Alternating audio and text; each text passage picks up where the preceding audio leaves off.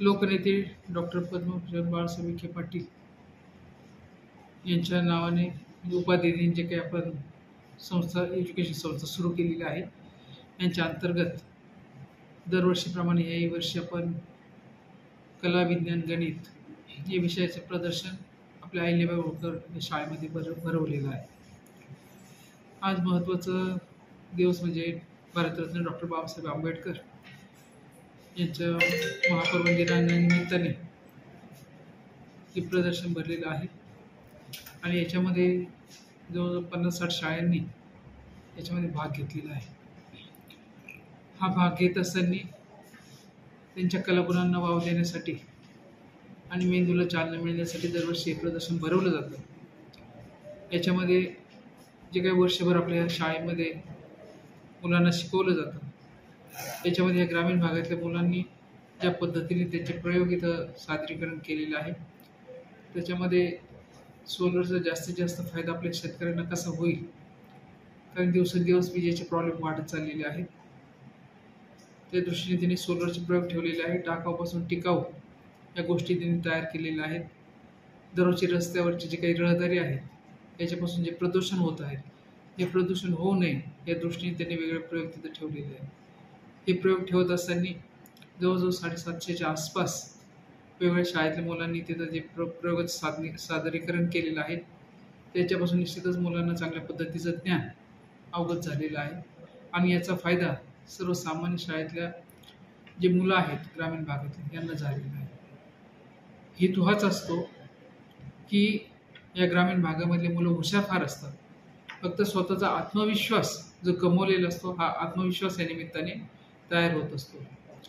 यावर्षी पद्मश्री विखे पाटील परिवाराने आपल्या संस्थेने जे काही कार्य केलेले आहे याच्यामध्ये गणपती उत्सव असेल, त्याच दृष्टीने नवरात्र असेल, जे काही आता सध्या डिसेंबर महिना आहे वेगवेगळ्या ठिकाणी वार्षिक संमेलन असतात याच्यामध्ये एक प्रकारची वेगळी मेजवानी आपल्या ह्या मुलांना देत असतो आणि ह्या पुस्तकी ज्ञानापेक्षा अनुभवी ज्ञान जास्त महत्त्वाचे असतात आणि हे अनुभव आपल्या ह्या विद्यार्थ्यांना मिळण्यासाठी आपण प्रयत्न करत असतो.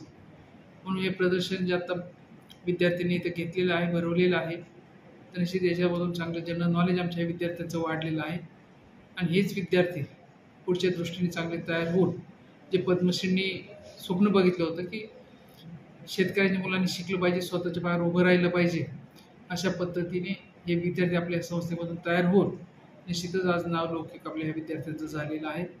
इथून पुढच्याही काळामध्ये या ग्रामीण भागातल्या विद्यार्थ्यांना ज्या ज्या गोष्टींची गरज पडेल त्या त्या ठिकाणी विखे पाटील परिवार निश्चितच त्यांच्या पाठीशी खंबीरपणे उभं राहील एवढंच या निमित्ताने मी सांगते. धन्यवाद. पालकांना काय आव्हान? पालकांना मी एवढंच सांगू शकते की मुलगा हा मातीचा गोळा असतो आणि त्याला आकार देण्याचं काम हे शिक्षक लोकांनी संस्था करत असते. ते विद्यार्थ्यांच्या जे काही मनामध्ये प्रश्न असतात, इच्छा असतात, जे कुतूहल असतं की कशामुळं काय होतं, हे केल्याने काय होतं, तर पालकांनी सुद्धा त्यांची समाधानकारक उत्तरं आपल्या वेळात वेळ काढून आपल्या विद्यार्थ्यांना दिलं पाहिजे. कोणत्याही गोष्टीची टाळाटाळ न करता विद्यार्थ्यांनी मैत्रीच्या नात्याने त्यांनी वागलं पाहिजे. घरामध्ये आनंदी वातावरण कसं राहील या दृष्टीने प्रयत्न केले पाहिजे.